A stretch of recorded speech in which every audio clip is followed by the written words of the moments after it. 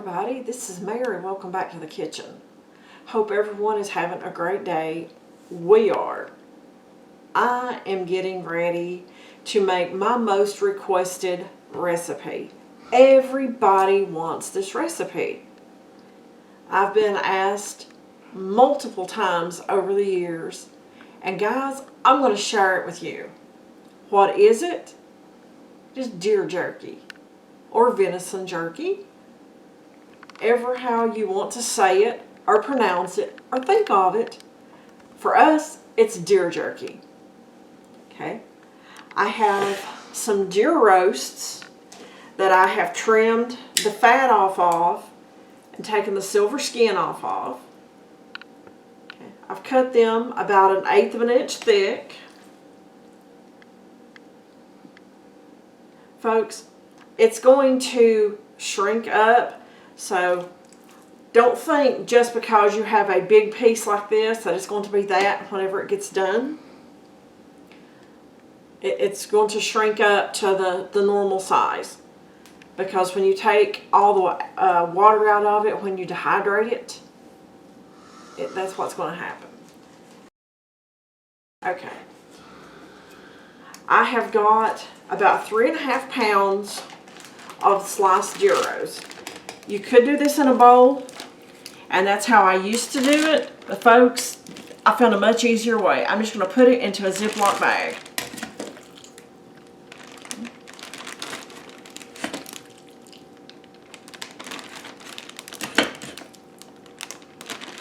And don't worry about trying to write the measurements down, because I will include the recipe.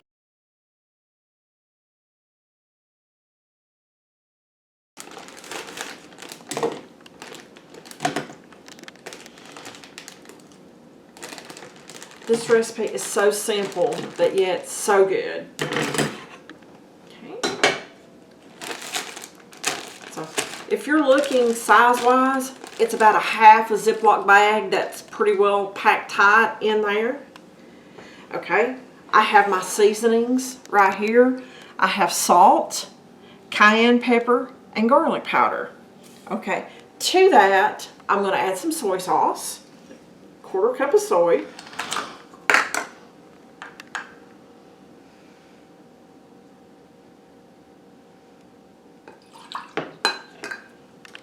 And Worcestershire. I like the Lea pairings. To me, it has a better flavor in this jerky, but use your favorite. Also, I like the LaChoy soy sauce. Okay. Set this over out of the way. I have 2 tablespoons of salt, 2 teaspoons of cayenne, and 1 teaspoon of garlic powder. Okay, folks, I know that sounds like a lot of salt, and honestly it is, but salt helps preserve. I do not have all the chemicals and all the artificial preservatives and everything in this. This is just all natural spices that I'm adding to this. Okay, I'm just going to pour them in my measuring cup. I found that for me is the easiest way to do it. Okay, you could use a whisk and stir this up, whatever works best for you. But some of these spices are going to settle on the bottom of the measuring cup, and you're going to have to get a spoon to get them out. My philosophy is use as few dishes as possible. That way you don't have to worry about washing them later. And this has a nice strong cayenne smell to it. I've used this particular recipe for about 30 years, folks. I'm telling my age here. Okay. I have that blended up pretty well, and I'm just going to pour it over here. And you can see what's left in the cup. Okay, you'll notice I left the lid off of my soy sauce. I'm going to pour just a little bit more in there, probably a couple of tablespoons. Slosh it around, get more out. Rake every bit of that goodness out. Okay. I'm simply going to zip this up about 3/4 of the way. Mash as much of the air out as what I can get out and seal it.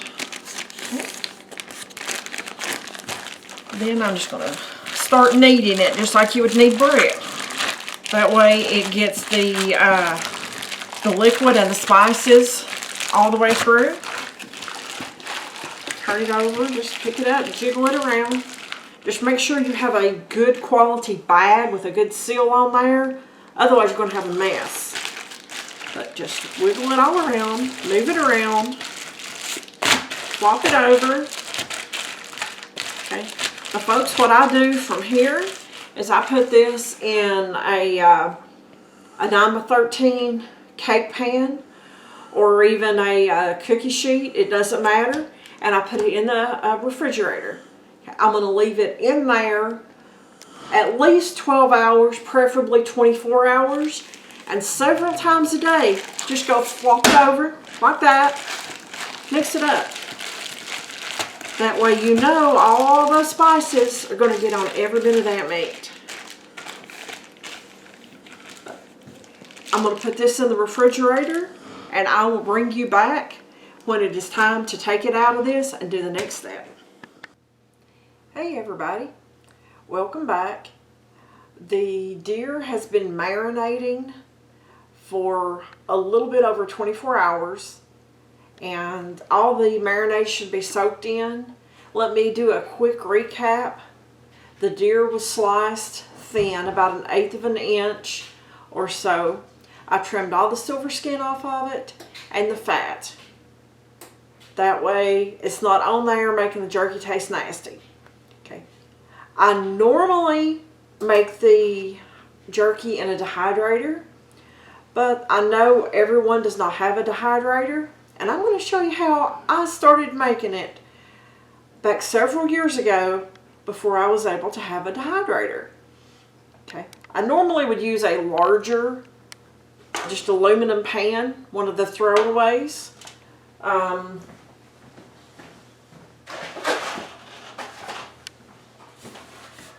I normally use one this size, but just for demonstration purposes, I'm going to use a smaller one.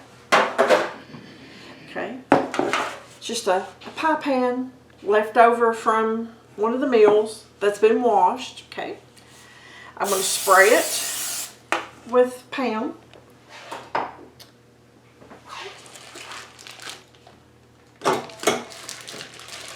I'm setting this in this bowl, folks, so it doesn't turn over and go everywhere.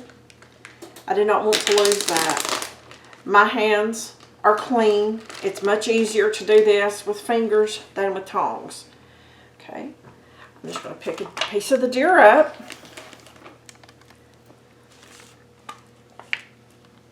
And I'm going to put it in the little pie pan. Don't overlap them, but don't be afraid to cram them in there because they are going to really shrink. So, touching is fine. Okay, let's see if I can find another smaller piece. Okay, there we go. Okay, I have my oven preheated to 200 degrees, and I'm going to put the deer in there. And I'm going to let it bake for about an hour. After an hour, I'm going to take it out. I'm going to drain the juices off of it because there's going to be quite a bit that comes off of it. And I'm going to turn it over and put it back in the oven. And it'll take 4 to 5 hours or so for this to bake. It does get done quicker in an oven than what it does in a dehydrator because I use a lower temperature in my dehydrator. But if you don't want to drain it in an hour, then you can put it on a cookie sheet, and that way it will hold it up out of the juices. But you're still going to have to bake it about the same amount of time.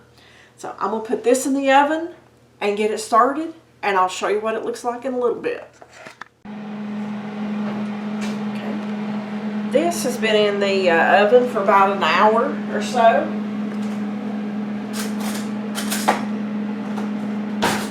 Told you guys there was going to be a whole lot of juice that came off of it. So let's turn this around.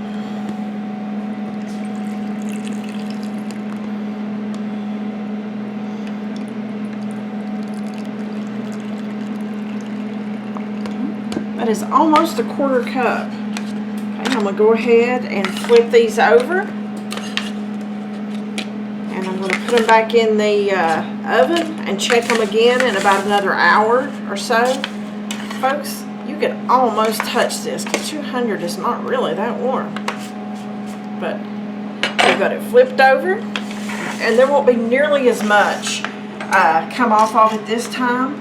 See, I overlapped that there, guys. And that's not what we need to do. So take just a minute and separate it out. Like I say, touch it is good, but major overlap is not. Let's put it in there. And there you go. Almost a quarter cup. Now, had we left that in there, that would have added so much longer to the cook time on that jerky that we're making in the oven. I'll show you what it looks like again in a little while.